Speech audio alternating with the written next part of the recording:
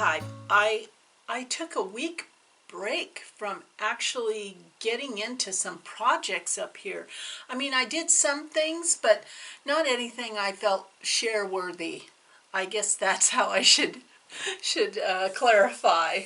But I am back up in the Beehive, and it is a overcast, drizzly, cloudy, can't see the top of the mountain type of day.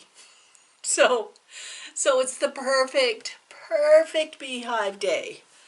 And I am continuing to work on machine applique of the leaves on this particular project. And I have not really done, I'm trying to see if I have that pattern here, so stay tuned. I'm going to check it out here. Yes, it's a grand old flag, and this is a Geoff's mom's pattern, which Joyce is just such a talented designer, and I basically love all of her patterns. And this one has been on the back burner for quite a while. But I would like to get it quilted before July. That would be awesome. And I decided to machine applique down the motifs and only hand stitch the wool motifs, because a lot of it is cotton. And I think I'll just make it go faster so it doesn't end up back on the UFO pile. And I am almost all the way around. I just have one side of machine applique, and because there's so much of this either hand or because it's machine applique, there is SF 101 on the back of the border, not on the back of the pieced blocks. And the way I have done it is the leaves are a variety of homespun greens, so I took out all of my green threads and I just kind of auditioned them and chose one that kind of went with all of them. Some leaves the thread shows up more, and some it doesn't show up hardly at all. And then I tested out my zigzag stitch. I've never done this, so this is not an expert talking, but I took a piece of scrap fabric and I tested out the zigzag stitch and the length and the width, and decided how much of it I wanted to show or not show. And so now that's what I'm doing. I'm just going around the leaves, and by no means is this perfect. No. I am a better hand appliquer than a machine appliquer. But I'm okay with it. It's mine. So that's the thing that counts. And I'm hoping to get all of this, both the wool stars hand stitched down and the flags, and then finish machine appliquing the raw edge. And mind you, it's raw edge, it's not turned under. So that's the difference, and it's fused on. So if you're a purist, I can hear you gasp, but I'm here to tell you I'm really pleased with it. And once I get all that border done, then I'm going to layer it and decide how I want to quilt it. And that will be a challenge, because I struggle with quilting things myself anymore. I used to do it all the time, but now that I've seen so many beautiful Longarm quilters, I struggle to do quilting, but I really want to do this one on my own. So that's where we're at. So I'm going to just do a little more leaves here, and it is not perfect, and I'm just gently moving it around as I do it.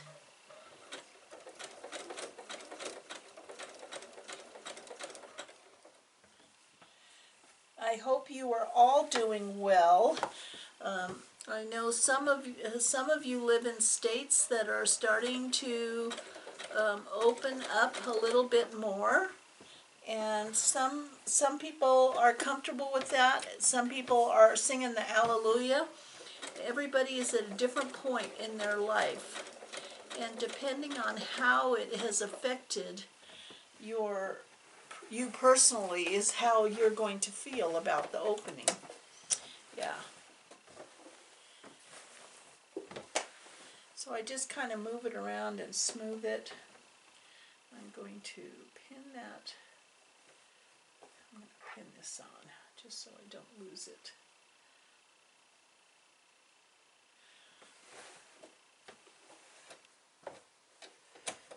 Yeah, today is, I don't even know what day it is. Isn't that a hoot? What day is it? Do you know? Do you know what day it is? I don't even know. Oh, there's my phone right there. It's the 18th. It's Monday. It's Monday the 18th. But I have a lot to share with you. So I'm just going to finish this one leaf and then we'll get on to the sharing, okay?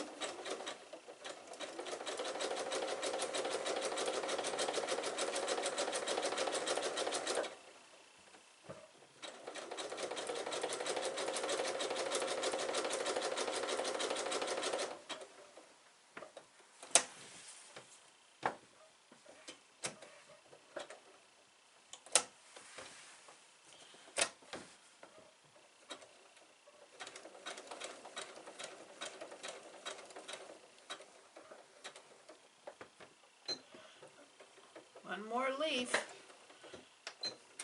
Let's see, how many do I have left to get to? And then the leaves will be done. Then I'll move on to the bird. 1, 2, 3, 4, 5, 6, 7, 8. Only 8 more. That's awesome. But this is such a pretty, just such a pretty project. So I was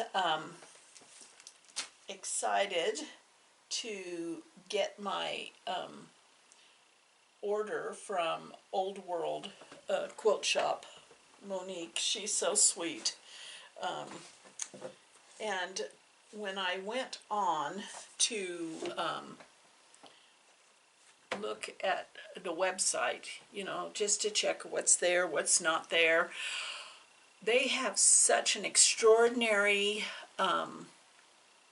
selection of wovens, like the Daiwabo type wovens, and I was like, oh my gosh, I love them as a background to my wool pieces, and so I thought maybe I'll just get a couple of yards of that just to have, because I love the color. And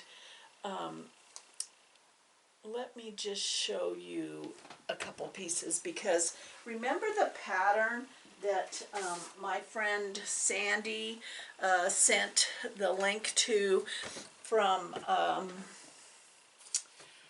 1894 Cottonwood House.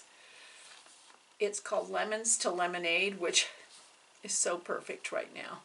But I really, really love it. And that's it. I hope you can see that. But you can go on their site to look at it.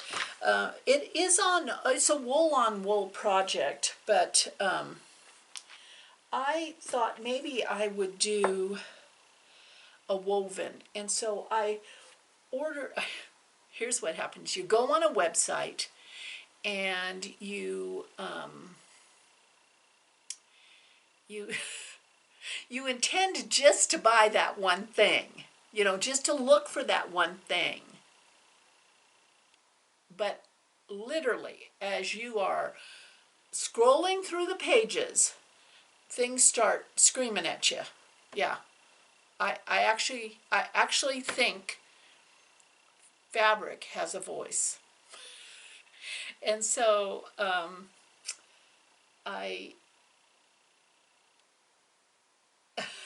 I ended up with more than I thought. But I'm going to just pause it for a second here, and I'm going to reposition the camera because I really want you to get a close-up look of what I'm going to be showing you. Okay, so hang on. Okay, we're back. So again, I'm going to show you a little closer view of that Lemons to Lemonade. That's a project by 1894 Cottonwood House.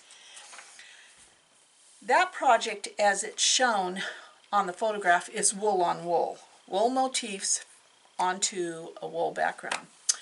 But I thought I might try it on a woven. My wool motifs fused onto a woven, but to find the right woven. And so I went to Old World Quilt Shop, which has a huge selection of wovens, and I found this piece. You see, can you see the tiny little daisy strip in it? It's just so sweet and unassuming and not real loud. And so I thought it might make a good background for that project. I don't know yet, but I had to have it anyway. And then while I was shopping for that, this one started screaming. I'm kind of a prim girl, and this piece was amazing, just amazing. It has little star strips up and down, and I thought, oh, I know, I have lots of 4th of July projects that I would love. And when you go onto any site, but especially onto Old World Quilt Shop, it's really hard. It's really hard just to buy one thing. Yeah, it's really hard. And if you remember, I finished the quail pillow, and I have the flicker to do. But last time I was in Arizona, I saw a roadrunner running across the road with a lizard in its mouth. I was so tickled. I had no idea they were carnivores.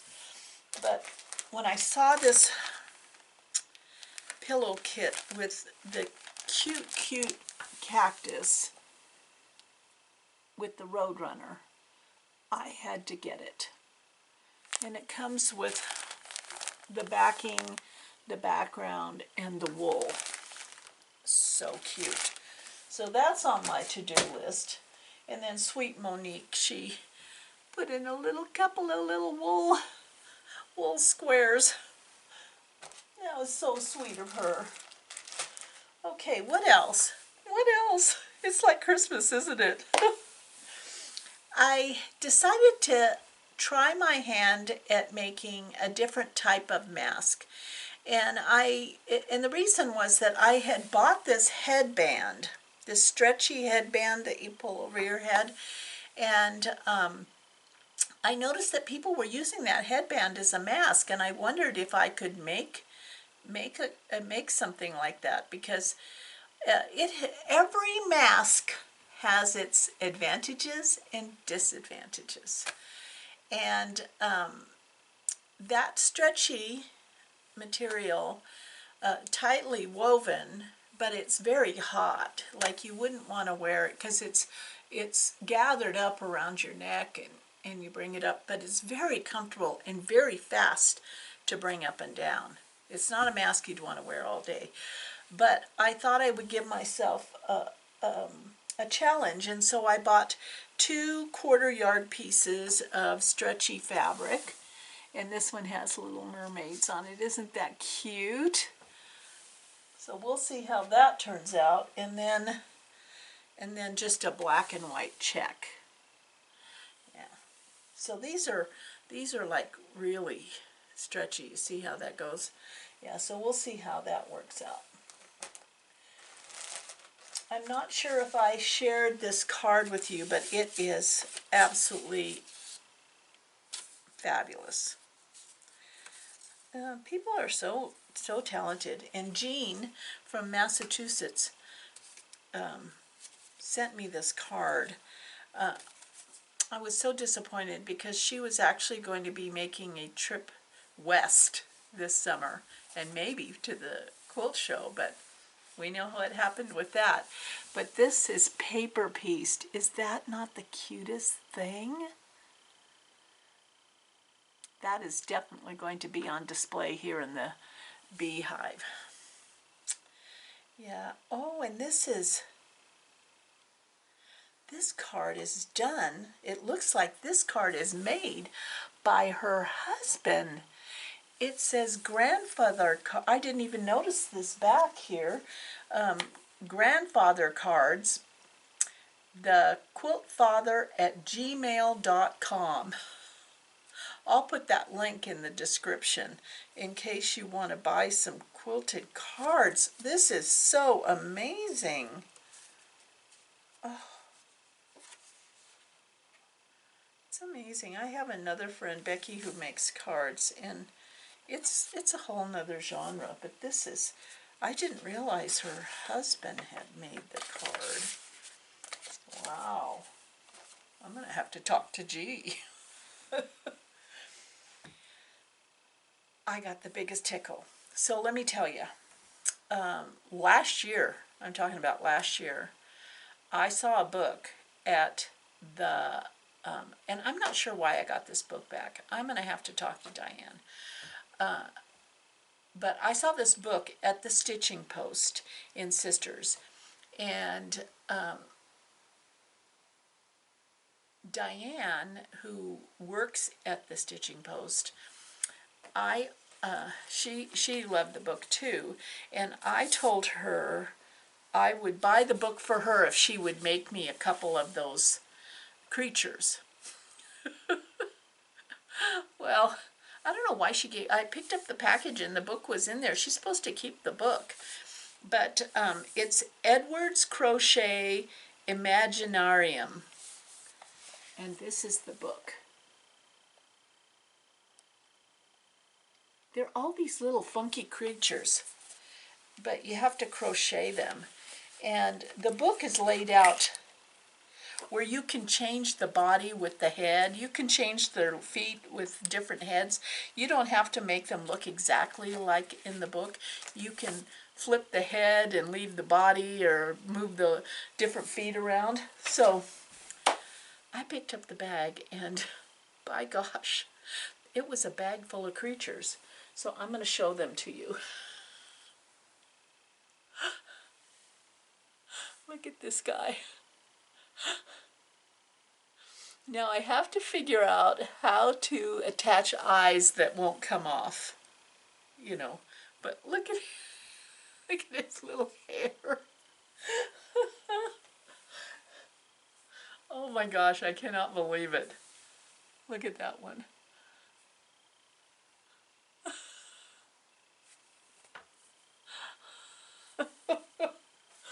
Oh.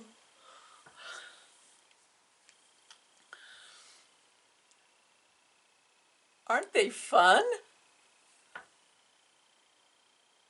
I just wanted a couple of them for my grandkids' bedroom that I have here because when they come, they always want to see what's in there. Look at this one. And then look at the claws. Oh, this little guy has been in quarantine. He needs a manicure and a pedicure. And we know exactly how she feels. We know exactly. She's got horns, and she has not seen her hairdresser in forever. Oh my gosh. Yes. Oh. She's a hoot and a half. Yeah. She hasn't had a hairdresser in a long time. That is so sweet. Thank you, Diane. That is so fun. They are the funniest little creatures. People think up all kinds of patterns. So let's see, what else next? Well, I know it's been a bit. It's been about a week, hasn't it? A lot happens around here in a week. I got my quilt back from the Longarm Quilter that lives around the corner from me, Hal, and I will put his email link in the description again. The way he does that is if you aren't mailing, you can mail him quilts, but for me being around the corner, I just drop it off in a bag, and he calls and says, what do you think about this or this, you know. So this is a project, this is a UFO that was a class with Sarah Felke from Australia, and it was the alphabet, her alphabet quilt. And so I had to piece the backing. You're not going to be able to see the whole thing because it's so dang big. But it's the uppercase and lowercase of the alphabet. See? And then I pieced, surprisingly, when I look at my stash, I don't have like a huge stash. I have a lot of smaller pieces, you know, half yard, quarter, at quarter. Sometimes I'll have a yard, depending on the type of fabric, but it's not as extraordinary as one would think, given what I do. But the two pieces that I had that were lengthwise long enough were old. They were old pieces that I've had for many, many years. And so I pieced them together. And one is a Dick and Jane, and the other is a Snoopy fabric. So half the quilt will be Dick and Jane on the back, and half will be Snoopy. The other thing that I'm going to do with this quilt, after I get the binding done, is it has two big blue spaces at the bottom where the alphabet ends. Y and Z is at the bottom, and so on either side of Y and Z is this big blue space. And what I'm going to do here is I'm going to take some of the leftover Dick and Jane fabric, and I'm going to make a pocket on either side. One on this side to put a stuffed toy in, and one on the other side to put a book in. So there'll be two pockets on this quilt. Won't that be fun? Hal did a fantastic job. I am totally pleased with it. He sent me a couple choices that I might want to look at, but you know, I totally trust his judgment, but I told him I liked the swirly circles, and that's what he did. So it turned out great. I can't wait to get that done.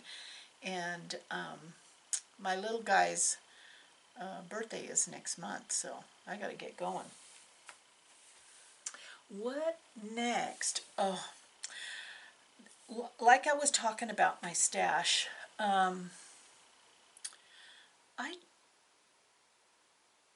I don't have big pieces, like backing pieces. I might change that in terms of having, that's maybe what's lacking in my pile, is backing fabric, you know. I prefer those backing fabrics that, you know, are 108 inches wide. Those are great, but I kind of like the funness of, and I'm not so much, by the time I've pieced a quilt, I'm not so much into piecing the back, although Cakers, one of my girlfriends, she's all about that. And so literally her quilts look reversible. But I might invest in the future in a little bit more of a backing fabric, because I have two quilts that I need to quilt, and I didn't have any backing fabric, so I ordered that. Well, actually, I was able to go to the stitching post and they had Halloween fabric on the sale rack, you know. And when you go in there, you have to, you know, wear a mask, glove. They only let so many people at a time. But boy, did I luck out, because let me show you the quilt. So first, here's the backing. Is that not perfect? It's spider webs all over. And the quilt that is going to go on is, let's see here if I can hold this up for you. This was a panel, an old panel quilt, but isn't that cute? So believe it or not, even though I have a pile of Halloween fabric, they're mostly half yard or fat quarters, and I'm not willing to waste them on a back. So but luckily found that piece. The other project that I needed a backing for, I looked all over and in my stash, and it is a very odd, it's almost a tomato red. It's a Christmas winter type quilt. It's an olive green and a kind of tomato red, and I just could not find any fabric in my stash that made me happy for the back. And so I went online. It's an old fabric line, and I went online and found a shop. I found a shop just by accident. But boy, you know, it was an awesome little shop online, because she wrote me a personal email after the order. I thought, wow, that's customer service. That makes you feel important. And nowadays, we don't see anybody that makes us feel important, do we? But in here it says, thank you for your business. And the name of her shop is My Favorite Quilt Store. And I'll put the link down in the description also with everything else. And she has a Facebook and an Instagram and a Pinterest. Very, very great. Her name is Margot. Very great customer service. And it came wrapped in this beautiful heart tissue paper. But luckily, I was able to find enough yardage for the backing of the same line of fabric, basically, or a similar line of fabric to the quilt top, and it is perfect. See there? It's kind of an olive green. It's not like a Christmas green, but it is awesome. And it's from the Merriment Snow Holly, Gingerbread for Moda Fabrics. And so this is the quilt that will be the backup. Oh, okay. Move this away.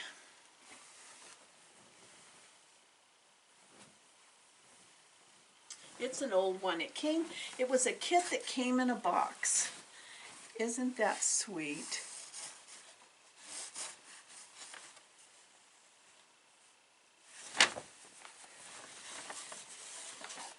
You know, I really liked this project. I liked this fabric line. I just thought it's kind of a sweet but modern. And I know someone who might like that. So I was really happy to find, because I searched for, since this is an older line, I searched for this, for the fabric line to find backing fabric, and I could not find it anywhere. But My Favorite Quilt Store, so that is Crinkle, that is definitely a shop to add to your list. So my list is a little bit longer, but how sweet that she wrote a personal email, you know. Well, what can I say? We'll continue on. We've got a lot to do. I'm going to go back to zigzagging my leaves and getting those done. And then I'm still tacking binding down on the t-shirt quilt. Got to put the binding on this alphabet quilt. And so life continues on. I hope you all are doing well and that you're kind of niching out time in your sewing spaces and that you're watching some good TV. Oh, I'm really enjoying the Midsummer Mysteries. Those are really good. So we'll see you next time, okay? You take care. Love you guys. Thanks for watching. And be sure to like and subscribe on Quilt Roadies.